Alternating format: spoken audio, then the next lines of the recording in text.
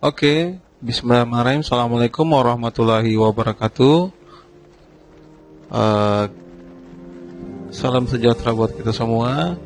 Kali ini kita akan melanjutkan pertemuan sebelumnya.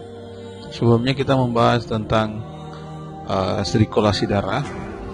Pada kesempatan ini kita akan membahas tentang teknik flebotomi.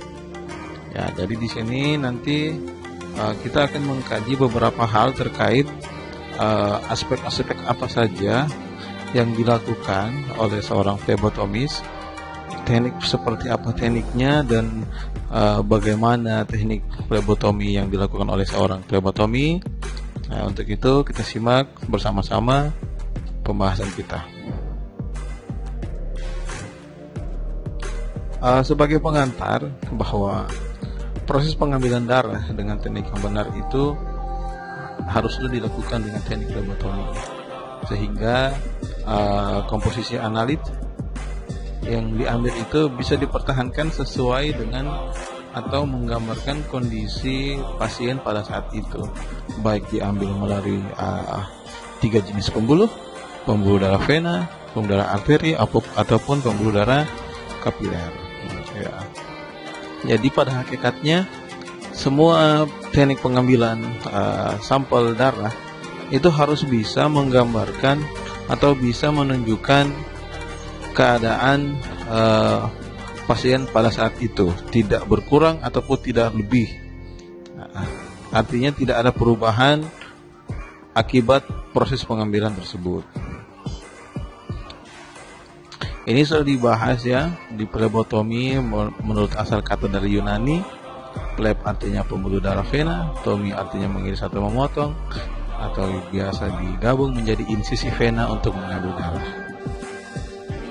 Ya, flebotomis itu adalah seorang yang melakukan tindakan flebotomi.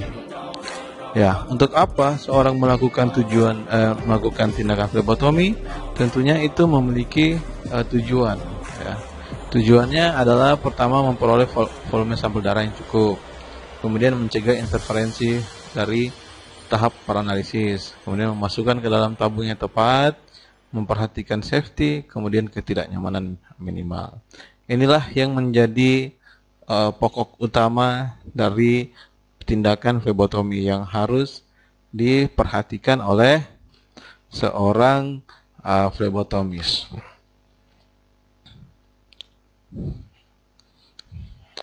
Nah, berbicara tentang pengambilan darah pada pembuluh darah vena, yang lalu sudah kita bahas bahwa pilihan pertama dalam pengambilan darah pada pembuluh darah vena adalah vena mediana kubital, yakni dekat permukaan kulit, karena dia cukup besar dan tidak terdapat pasokan saraf, paling sedikit rasa nyeri dan kemungkinan memarnya, sehingga ini menjadi pilihan utama. Di bagian mana itu?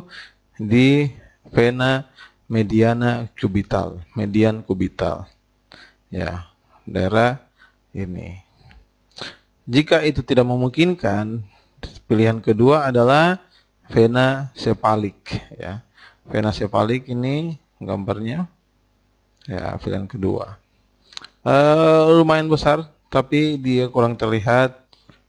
Cukup sakit jika diambil dibandingkan dengan mediana kubital. Pilihan ketiga, jika sefalik tidak bisa, kita ambil menggunakan basilik. Dia mudah diraba, dekat dengan brachialis. Kelemahannya adalah saraf mediana harus hati-hati karena di situ banyak saraf, sehingga kemungkinan sakit akan lebih terasa. Ya, untuk di punggung tangan, jika vena fossa antikubital sulit diambil, jadi yang di punggung tangan adalah vena fossa antikubital. Ya, jika itu sulit diambil, vena di pergelangan tangan bisa menggunakan wing needle atau yang ada sayapnya. Tapi penusukan itu biasanya menimbulkan rasa nyeri, vena mudah menggulung dan sulit dapat darah yang banyak. Jadi biasanya paling maksimal itu menggunakan 1 cc ya, yang untuk di punggung tangan. Vena di ekstremitas bawah, kaki atau pergelangan itu harus dilakukan dengan seizin dokter. itu dilakukan di atas 1 tahun, tidak boleh pada pasien DM. Ya, kemudian karena kalau pasien DM itu kemungkinan untuk sembuh itu akan menjadi sulit. Karena perlukan yang timbulkan daerah itu respon tubuh untuk sembuh pada orang DM itu lambat. Kemudian untuk vena di kepala itu oleh tenaga yang terlatih. Nah, untuk penggunaan tourniquet itu jaraknya 4-5 cm di atas fosa antikubital. Tidak boleh melebihi 1 menit ya, karena akan menimbulkan hemokonsentrasi. Nah, apa-apa saja perlengkapan pada saat melakukan teknik sampling? Ini yang perlu diketahui oleh seorang flebotomis, utamanya TLM. Jadi jangan melakukan pengambilan darah, jangan dulu menuju ke pasien kalau kita belum menyiapkan perlengkapan kita. Ya, jadi sebelum menuju ke pasien, kita harus pastikan dulu perlengkapan kita yang akan kita bawa itu sudah lengkap. Jangan nanti tiba di sana, tiba di pasien, kita kalang kabut ternyata ada beberapa yang tidak lengkap. Nah, itu yang menjadi fatal. Yang pertama, tempat duduk atau posisi bangku harus ada. Kemudian baki atau nampan atau kereta dorong flebotomi itu harus ada juga. Kemudian semua peralatan pengambilan darah itu harus ada. Dan tak lupa juga adalah safety tenaga kesehatannya menggunakan apron dan Google dan masker. Ya. Untuk perlengkapan sampling lainnya adalah menggunakan sarung tangan. Sarung tangannya adalah sarung tangan yang non steril sekali pakai. Biasanya bahan latex, nitril atau nephrin atau polyethylene vinyl. Ya, menggunakan antiseptik untuk mencegah sepsis. Ya, kemudian biasanya menggunakan antiseptiknya yang 70% etil alkohol atau 70% isopropil alkohol dan masih banyak jenis yang lain. Ya, perlengkapan ini adalah harus ada tourniquet dan kemudian ada jarum. Nah, untuk penggunaan jarum itu ada ukuran. Skala jarum itu biasanya disebut dengan G atau gauge. Ya. Semakin besar ukuran, maka semakin kecil jarumnya. Terbalik dia. Jadi, semakin besar ukuran, ini semakin besar 23, maka jarumnya akan semakin kecil. Semakin kecil ukurannya, maka jarumnya akan semakin besar. Ya. Ini perbandingan antara penggunaan ukuran jarum dengan jenis jarumnya dan penggunaannya untuk pada pengambilan apa saja. Ya. Jadi kalau nanti beli Spoid, nanti dilihat itu ukurannya ukuran yang berapa gauge. Kalian bisa browsing standar penggunaan Spoid yang dikeluarkan oleh WHO itu ada standarnya. Ya, yang berapa gauge untuk orang dewasa, untuk anak kecil berapa standarnya, berapa sampai berapa. Kemudian untuk sampling, yang lainnya adalah kita harus siapkan bantalan kasa, plester, kemudian wadah pembuangan jarum dan benda tajam, kemudian hand sanitizer. Ini penting untuk kita siapkan karena ini adalah berkaitan dengan penanganan pasca atau setelah kita melakukan pengambilan darah. Ya, ini tadi sudah. Nah, perlengkapan lain terkait jarum. Pada hakikatnya proses pengambilan darah atau teknik sampling itu dibagi menjadi dua, yakni pertama itu open system, yang kedua adalah teknik pengambilan dengan closed system. Nah, open system itu adalah closed system itu adalah vakum. Ya, ini menggunakan vakum thinner. Dengan open system biasanya menggunakan Spoid. Nah, untuk jarum seperti di PowerPoint ini, jarum multisample ini bisa digunakan jarum yang langsung include dengan holder. Nanti bisa langsung ditandem ke dalam tabung evakuasinya. Ya, jadi secara otomatis langsung masuk darahnya ketika kita masukkan ke holder. Ini bagian-bagian jarumnya. Bisa dilihat. Ini jarum yang digunakan, nanti jarumnya dimasukkan ke dalam holder, diputar seperti baut. Setelah itu jadilah holder dengan jarum. Kemudian setelah itu ini yang kemudian akan ditusuk. Ini tampilannya seperti ini. Ini kemudian yang akan ditusuk, tampilan nyatanya ditusuk ke dalam pembuluh darah. target. Setelah ada, nanti baru kemudian dimasukkan darahnya ke dalam tabung. Ya, dialirkan darahnya ke dalam tabung. Tabungnya seperti ini. Ya, jadi untuk pemilihan tabung itu juga ada kriteria dalam memilah tabung.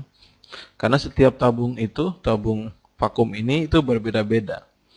Tergantung dari jenis pemeriksaan yang diinginkan. Nah, evacuate tabung atau evacuate tube menggunakan ini dia punya keuntungan murah, nyaman, dan mudah. Kemudian dia memiliki tanggal kadaluarsa. Apa masalahnya jika sudah tanggal kadaluarsa? Daya isap tabung itu, darah itu menjadi rendah. Kemudian aktivitas antikoagulan yang ada dalam tabung itu menjadi rendah. Kemudian antikoagulannya itu menguap sehingga rasio darah dan antikoagulan itu tidak seimbang. Akhirnya proses hemostasis itu bisa terganggu. Kemudian dia memiliki penyumbat yang mengandung zinc. Ya, ini seperti ini. Ini tanggal kadaluarsa bisa dilihat di tabungnya. Ya, ini holdernya. Ini disatukan dengan jarumnya. Ya. Nah, ada juga tabung evakuasi itu yang berbahan kaca. Ya, bahannya itu sodalium atau borosilikat. Ya, dia itu di dalam tabung itu kaca itu dilapisi dengan silikon untuk mengurangi benturan darah sehingga tidak terjadi hemolisis. Untuk bahan yang menggunakan sodalium silika gelas itu bahannya ini seperti ini, natrium karbonat, lim, dan jenis bahan-bahan lain. Untuk yang menggunakan borosilikat, bahannya itu silika 80%. Ya, silika ini yang penyusun dari silikon tadi sehingga lebih efektif dalam mencegah hemolisis. Bahan kaca ini masih bisa pecah tetapi tidak remuk. Pecahnya hanya pas berhamburan tapi tidak remuk. Contoh bahan seperti itu adalah Pirex, Suprak, Kimax, dan jenis-jenis yang lain. Nah, ini masih seputar jenis-jenis tabung. Ada juga tabung evakuat tabung itu yang berbahan plastik. Jadi komposisi bahannya itu ada yang mengandung plastik PTS tipe 1, PS6, dan PP5. Ya, itu ditentukan berdasarkan jenis plastik yang digunakan. Ya, polyethylene terephthalate atau polistiren atau polikarbonat atau polipropilen atau polyethylene. Ya. Nah, ini juga yang mengandung bahan plastik. Tampilannya seperti ini, ada yang panjang, ini tampilan fotonya, ada yang seperti ini. Ya. Jadi lapisan luarnya itu ketebalannya 13x75 mm, vacuum retention, consistent outer dimensi. Di dalam itu ada beberapa lapisan polipropilen yang kecil dengan ukuran kecil. Kemudian itu dia punya lapisan cairan. Ya, cairan ini yang mengandung dengan si antikoagulan. Nah, untuk metode open system menggunakan syring system atau jarum atau spoid, ya, tampilannya gambarnya seperti ini. Ya. Dia biasanya untuk vena yang kecil atau yang sulit. Volumenya 2,5 mili sampai 10 mili. Tergantung kebutuhan, ada yang 3 mili, ada yang 1 mili. Nah, jadi seperti ini gambarnya, dia punya skala di sini ditarik. Ini plugernya, penariknya, ini syringnya. Ya, ini jarumnya, needle-nya. Kalau disatukan jadinya seperti ini plug, ini needle, ini syring. Ya, needle tambah syring jadinya seperti ini. Menggunakan sistem syring system atau open system. Ya, bisa juga dalam prosesnya itu jarum ini bisa juga menggunakan holder. Jadi setelah diambil, ketika mau dimasukkan ke dalam tabung, holdernya dibuat dulu seperti ini, kemudian ditancapkan ke dalam tabung, lalu dimasukkan, diputar, dibuka ininya, ya baru tancapkan ke dalam tabung, baru dimasukkan. Ya, tampilan jelasnya seperti gambar tadi. Ada juga yang menggunakan butterfly atau wing, sayap ini. Sayap. Dia menggunakan sayap. Ini untuk vena-vena yang sulit, contohnya lansia dan anak-anak. Ukuran jarumnya adalah ukuran jarum 23. Jadi setelah digunakan segera ganti dengan tabung yang sama segera setelah darah memasuki tabung pertama. Ya, jadi jarumnya ini menempel di permukaan kulit, ini jarumnya situ supaya tidak bergerak. Makanya dia punya sayap. Ya, nanti dialirkan, tarik menggunakan spoid atau bisa juga menggunakan holder. Ya. Nah, ada ketika setelah mengambil darah dalam proses penyimpanan ke dalam tabung itu ada namanya order of draw, ya, atau urutan dalam proses pemindahan atau pengambilan darah berdasarkan aturan dari CLSI. Yang pertama adalah tabung kultur, yang kedua tabung koagulasi penutup biru, yang ketiga tabung serum penutup merah, kemudian tabung heparin penutup hijau, kemudian tabung EDTA penutup ungu, kemudian inhibitor-glikolisis penutup abu-abu. Ya, jadi urutan ini yang kemudian menjadi ketentuan dari proses pengambilan darah. Nanti untuk lebih lengkapnya ini sangat banyak. Nanti kalian bisa browsing ya dan dilihat urutan tabungnya dari proses pengambilannya dari mana saja. Nah, ini gambarannya lagi urutan tabung untuk kaca, ini tabung plastik.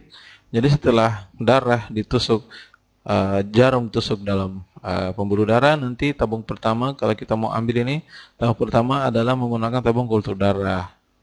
Kemudian tabung tanpa zat aditif warna merah, kemudian tabung koagulasi warna biru, kemudian tabung pemisah warna kuning, tabung yang mengandung heparin warna hijau, tabung yang mengandung EDTA warna ungu, kemudian tabung yang mengandung fluorid warna abu-abu. Ya, prosesnya urutannya seperti itu. Jadi ketika kita mau menggunakan dua jenis tabung, atau artinya tabung EDTA dan tabung untuk tanpa zat aditif, berarti yang harus kita ambil dulu adalah yang harus diisi adalah tabung yang warna merah dulu. Setelah tabung warna merah baru tabung EDTA. Kalau ada 3 tabung yang mau diisi, misalkan dengan heparin, berarti jangan heparin dulu yang diambil, jangan EDTA dulu, berarti susunannya mulai dari tabung merah, kemudian tabung hijau, kemudian tabung ungu. Ya. Nah, ini gambarnya seperti ini, kurang lebih seperti ini jenis-jenisnya. Ya, jadi setiap tabung itu warna penutupnya itu bergantung dengan jenis pemeriksaan apa yang hendak diperiksa. Contohnya ini warna merah untuk pemeriksaan kimia, serologi dan imunologi. Tabung EDTA untuk pemeriksaan hematologi dan rutin. Ya. Seperti itu ya, sodium sitrat warna biru untuk pemeriksaan koagulasi. Jadi kalian seorang flebotomi harus menguasai atau menghafalkan atau memahami setiap hubungan antara warna tabung dengan urutan, kemudian dengan parameter pemeriksaan yang dituju, karena itu sangat berkaitan. Kalau itu sampai tidak sinkron, maka akan terjadi kesalahan dalam proses pengambilan darah. Ya, urutannya seperti ini. Ini yang referensi Inggris, nanti kalian bisa browsing. Ya, ada juga tabung yang warna hitam. Itu banyak sekali variasi warnanya. Ya, ini masih yang tadi. Ya. Nah, sekarang kita menuju ke persiapan pengambilan sampel darah. Jadi dokter yang merencanakan pemeriksaan laboratorium bagi pasien, kemudian dokter dan para medis memberi informasi mengenai tindakan yang akan dilakukan. Oh, kami ini akan melakukan pengambilan darah. Ini manfaatnya untuk ini. Ya. Jadi hakikatnya setiap seorang pasien itu memiliki hak untuk mendapatkan informasi yang jelas. Kita seorang dokter atau para medis harus memberikan hak itu, berkewajiban memberikan informasi tersebut. Nah, setelah itu barulah kita perhatikan tabung yang kita gunakan disesuaikan dengan tadi. Kemudian di tabung itu harus memuat label. Labelnya itu berisi nama pasien, ID, kemudian ulang tahun, sumber pasien, sumber spesimen, dan beberapa jenis yang lain. Itu menjadi syarat dari data dari pasien. dalam persiapan pengambilan sampel darah juga mengharuskan kita melakukan komunikasi efektif yang baik verbal dan nonverbal. Sangat penting melakukan perkenalan diri, identifikasi pasien secara lengkap dan tepat. Jadi jangan menjadi ATLM atau flebotomi yang seperti robot, masuk datang tanpa basa-basi, tanpa diajak diskusi langsung tusuk. Ya, itu sangat tidak dianjurkan dalam mekanisme pelayanan terhadap pasien. Kemudian kita periksa form permintaan laboratorium, terutama identitas pasien harus ditulis dengan benar, nama, umur, jenis kelamin, dan lain-lain. Jangan sampai nanti penulisannya tidak jelas, ini yang akan mengganggu dalam proses pelabelan atau identifikasi sampelnya, sehingga nanti bisa jadi tertukar atau sampel tidak terkenali. Kemudian persiapan yang telah dilakukan oleh pasien, ini harus dicatat hal-hal yang dilakukan oleh pasien itu yang bisa mempengaruhi kondisi atau hasil pemeriksaan. Contoh diet, puasa, obat-obatan dikonsumsi, minum alkohol, merokok, dan lain-lain. Ini harus dicatat, disertakan dan ditulis pada hasil laboratorium.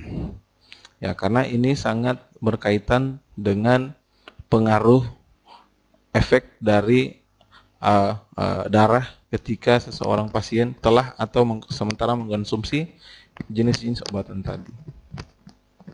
Ya. Nah, ada beberapa identitas yang harus ada di dalam sampel. Ini berdasarkan dengan pedoman praktek laboratorium yang benar. Standar ini menjadi standar acuan bahwa dalam menentukan identitas pasien atau sampel, ini harus memuat data-data ini.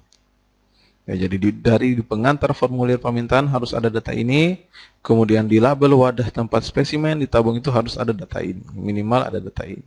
Karena ini yang akan dilakukan cross check terhadap formulir dan wadah spesimen. Jadi spesimen itu setelah diambil darahnya ditaruh dalam tabung, itu tidak hanya itu datang, tetapi datang juga dengan formulir permintaan spesimen. Itu satu paket. Kalau ini tidak lengkap, kemudian ATLM yang bertugas trader, ini menjadi hal yang sulit untuk dinilai nantinya. Makanya menjadi penting untuk seorang ATLM itu memastikan data-data ini lengkap dan bisa dibaca. Nah, pada saat proses mengambil sampel darah atau sampel darah vena, hal yang perlu diperhatikan juga adalah pertama, ATLM harus melakukan sterilisasi tangan, bersihkan tangan dengan menggunakan hand hygiene prosedur. Kemudian dibersihkan tray-nya, ya. Kemudian bersihkan tangan dan kenakan sarung tangan dan steril. Kemudian setelah sarung tangan digunakan, baru kita pasang jarum pada vac container atau pada holder tadi. Setelah dipasang jarum pada holder dan vac container, kita lakukan observasi dan palpasi lokasi penusukan.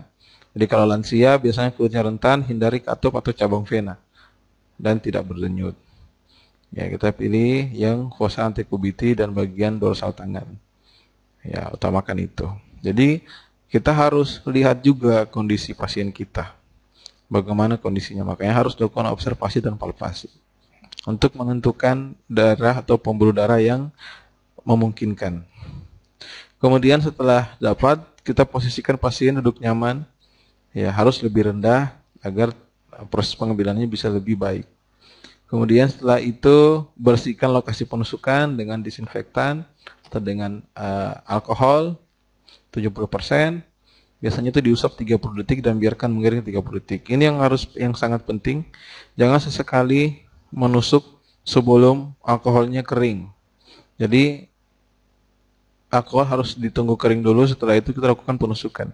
Jangan ditiup untuk mengeringkan, tapi biarkan dia kering dengan suhu udara terbuka. Setelah itu pasang tourniquet 10 cm di atas lokasi penusukan.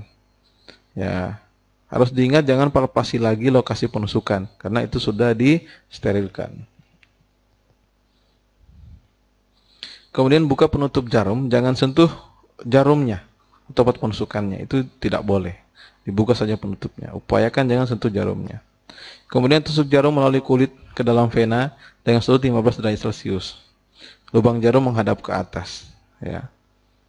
Nanti praktik akan diajar posisi lubang jarum mana batas seperti apa. Kemudian pasang atau masukkan tabung sampel, lepaskan tourniquet setelah darah keluar. Sesuaikan pemasangan tabung sampel itu dengan order of draw tadi. Setelah satu tabung terisi, ganti dengan tabung yang lain. Dengan catatan tabung yang terisi tadi itu dibolak-balik tabungnya. Ya, homogenisasi. Kemudian setelah dilakukan pengambilan, letakkan swab di atas tempat penusukan dan tarik jarum dan holder. Jangan ditekan swabnya kalau jarumnya belum dicabut. Ya, jadi diletakkan saja, ditutup saja di atas tempat penusukan, lalu dicabut jarum dan holdernya. Dengan satu garis itu maksudnya satu arah. Kemudian setelah itu segera buang jarum dan holder ke dalam box swabnya, ya, tempat pembuangan limbah medis. Setelah itu tekan tempat penusukan selama 3 menit, lengan tetap ekstensi, jangan ditekuk, lengan tetap lurus. Ya, kemudian lepas sarung tangan dan bersihkan tangan, segera beri label pada semua sampel, periksa ulang tempat penusukan. Ya, jangan sampai ada hematom atau hal lain. Setelah aman, kemudian pastikan sampel tersusun dengan benar dengan formulir dan kirim ke lab. Setelah itu lepas APD lainnya dan bersihkan tangan. Ya, untuk gambarnya seperti ini, kita meng-cross check, melakukan komunikasi dengan pasien. Setelah itu kita lakukan palpasi dan observasi daerah dengan memposisikan pasien, apakah posisi baring atau posisi duduk. Kemudian kita lakukan palpasi, setelah dapat kita sterilisasi, yaitu kita tusuk. Ya, ini proses pemasangan apron, ya, masker dengan alat safety lain. Ini proses desinfeksi tangan. Ya, ini posisi duduk orang yang diambil tangannya, diambil pembuluh darahnya lewat lengannya. Ini posisi baring untuk diambil di bagian punggung tangan. Ini posisi duduk pasien. Posisinya lengannya harus condong ke bawah. Ya. Ini gambar sampling darah vena dengan menggunakan vacuum thinner. Jadi dia menggunakan tourniquet, daerah yang tusuk ini 10 cm dipasang di sini, tourniquetnya dikencangkan. Setelah dipalpasi kemudian disterilkan. Setelah disterilkan dengan arah melingkar dari dalam keluar, melingkarnya dari dalam keluar, diputar. Setelah itu baru ditusuk. Setelah ditusuk, darahnya keluar, baru dilonggarkan tourniquet, dicabut tourniquet, kemudian darahnya mengalir sempurna, baru dicabut dari dalam pembuluh darah jarumnya. Ya, ini setelah ditusuk. Ya, jadi kalau 30, upayakan dia mencapai 15 derajat Celcius. Ya, sampai 30. Kalau di punggung tangan, upayakan 10 derajat Celcius menggunakan wing. Ya, seperti ini. Ini gambaran posisi.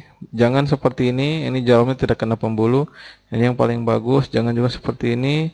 Hati-hati kalau ada hematom, nanti darahnya keluar ke situ. Hati-hati kalau dia melebihi pembuluh, tembus pembuluhnya. Seperti ini. Nah, ini juga. Nah, ini tidak boleh. Ini juga tidak boleh. Ada pembuluh yang kecil. Ya. Seperti ini tabungnya, proses pengambilannya. Ya, ini sangat skill sekali, jadi tidak cukup hanya memahami gambar atau memahami penjelasan, kalian harus praktekkan. Jadi ketika praktikum, jangan duduk diam, harus kalian ambil inisiatif, kemudian harus praktekkan. Karena ini satu kali coba tidak langsung mahir, tetapi harus berulang-ulang. Makanya harus dipraktekkan dengan baik. Jangan acuh, karena kalau ATLM tidak tahu ambil darah, itu sulit untuk bekerja. Itu yang menjadi tantangan, ya. Jadi ketika praktikum di kampus atau di laboratorium, proses pengambilan ini harus dilakukan dengan baik, serius, dan lebih inisiatif. Sekarang itu kebanyakan laboratorium sudah menggunakan vacuum thinner, tapi masih ada juga menggunakan spoit. Ya, skill yang diterapkan di menggunakan vacuum thinner yang closed system dengan menggunakan spoit yang open system itu sangat jauh berbeda. Makanya di laboratorium kalian harus bisa mempraktekkan dua hal ini, ya. Setidaknya sudah sampai tahap mahir ke level sedang. Ya. Ya, ini tampilannya lanjutan tadi. Jadi setelah diambil darah, dicabut, tutup dulu, jangan ditekan, dicabut holder dengan jarumnya. Tampilan seperti ini, baru dibuang jarumnya bersama holdernya dalam tempat sampahnya, box hubnya. Kemudian diisi biodatanya, kemudian ditutup, kemudian ditutup jika memang dihindarkan kontak untuk dibawa ke lab. Kemudian dibuka handscoon-nya, baru dilakukan desinfeksi. Ya, ini langkah-langkah jika menggunakan sampel sering, pengambilan dengan sering atau SPOIT atau open system. Langkah-langkah sebelumnya sama dengan tadi, dengan closed system. Persiapan peralatan kenakan sama juga, kemudian kenakan sarung tangan. Kemudian pasang kembali tourniquet, buka penutup dan periksa jarum. Ya. Jarumnya dites dulu, SPOIT-nya dites. Biasanya itu bagian plugnya, penariknya itu rusak, makanya harus dites dulu, ditarik maju, tarik keluar. Kemudian pasien diminta mengepalkan tangan, dikepalkan tangannya pasiennya, kemudian difiksasi venanya yang akan ditusuk jarum. Kemudian ditusukkan jarum, pastikan darah mengalir, kemudian lepaskan tourniquet, jangan lama. Kemudian minta pasien membuka kepalan tangan. Setelah itu penuhi daerah sering dengan darah sampai full volumenya, lalu letakkan kasa di atas tempat jarum, jangan ditekan. Kemudian tarik jarum keluar, kemudian amalkan jarumnya dan beri penekanan sampai proses perdarahannya berhenti. Kemudian lepaskan jarum, penuhi tabung, dipindahkan ke dalam tabung. Bisa juga menggunakan holder tadi atau juga bisa dari SPOIT. Tapi ketika memindahkan darah dari SPOIT ke dalam tabung, jarumnya dilepas, kemudian dimasukkan melalui seringnya. Kalau menggunakan holder nanti modelnya seperti yang closed system. Langkah selanjutnya sama. Ya, gambarannya seperti ini. Jadi menggunakan vena mediana kubital. Ya, tarik tengah, tarik, tutup. Setelah itu setelah penuh, dipenuhkan, tutup dengan kasa, jangan ditekan, kemudian ditarik keluar, posisinya seperti ini, lalu dibuka ininya, jarumnya. Ini dia menggunakan holder, jadi tabung sudah dipasangkan holder, kemudian lalu ditancapkan di ujung holder, ini tidak perlu ditekan karena vakumnya otomatis dia menarik sendiri darahnya. Ya, kalau menggunakan holder, kalau kita menggunakan SPOIT, jarumnya ini dilepas jarumnya, lalu penutupnya dibuka, lalu dituang melalui dinding tabung. Nah, ini seperti saya katakan tadi, dia menggunakan alat pemindah dari SPOIT atau string transfer device. Ya, caranya lepaskan jarum dari string, jarumnya tadi dilepas, buang dalam sub container, kemudian pasang ulir stringnya pada ulir transfer device, kencangkan. Nah, kemudian pegang string vertikal dan ujung menghadap ke bawah dan transfer device ke bagian bawah. Kemudian pasang tabung vakum pada bagian penampung transfer device, dorong sampai bagian ujung. Ya, kemudian ikuti order of draw. Kalau dia dalam satu darah itu banyak parameter pemeriksaan, karena setiap parameter pemeriksaan itu menggunakan tabung yang berbeda-beda. Jadi ikuti order of draw-nya. Ya, selama proses itu tetap pertahankan tabung, transfer device tetap vertikal, biarkan tabung terisi dengan sendirinya, jangan didorong stringnya, jangan ditekan, jangan di-push plugnya. Karena itu bisa menyebabkan hemolisa. Jika tabung harus diisi tidak penuh, maka tahan pendorong SPOIT sebelum dilepaskan. Tahan pendorong SPOIT-nya sebelum dilepaskan. Kemudian kocok tabung yang sudah ada darah di dalamnya untuk melakukan homogenisasi. Ya, contohnya seperti ini. Ya. Jadi darahnya dimasukkan, holdernya masukkan, baru holdernya ditekan ke dalam tabung. Ya, lalu nanti dibiarkan, jangan ditekan plugnya ini, jangan ditekan ke bawah. Nanti otomatis vakumnya akan menarik sendiri darahnya. Ya, seperti itu ya. Ya, saya kira demikian pembahasan kita tentang teknik flebotomi.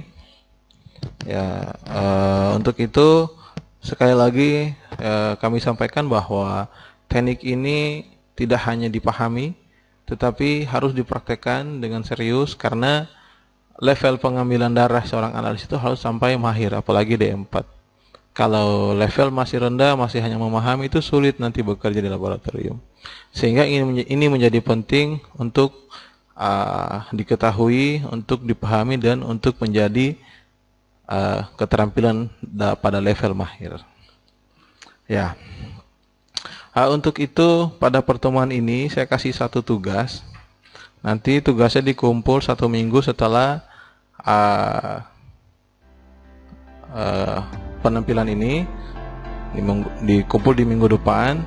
Tugasnya adalah kalian menuliskan faktor-faktor fisiologis yang mempengaruhi begini. Tugasnya adalah sebutkan faktor-faktor yang mempengaruhi hasil pemeriksaan. Bagaimana ya? Begini, sebutkan beberapa faktor yang menyebabkan perubahan terhadap analit dalam darah. Ya, jelaskan apa-apa saja. Misalkan kayak ini tadi, saya kasih contoh. Ya, kayak ini. Pada persiapan yang telah dilakukan oleh pasien, misalkan obat-obatan, diet. Diet ini mempengaruhi terhadap kualitas darah. Kira-kira diet ini apa alasannya sehingga dia mempengaruhi kualitas darah? Ya. Kemudian meminum alkohol, ini mempengaruhi hasil pemeriksaan, mempengaruhi darahnya nanti. Nah, apa yang menyebabkan dan apa pengaruhnya kemana? Ya. Kemudian merokok seperti itu. Ya, jadi saya ulang sekali lagi, kalian sebutkan dan jelaskan faktor-faktor apa saja yang mempengaruhi kualitas darah terhadap hasil pemeriksaan. Ya. Contohnya diet itu dia bagaimana prosesnya, dia mempengaruhi pemeriksaan apa, kenapa dia bisa mempengaruhi itu, minuman alkohol begitu juga, merokok begitu. Kalian cari, ini sudah ada 3, kalian cari itu minimal 7, jadi kalian cari 5 lagi.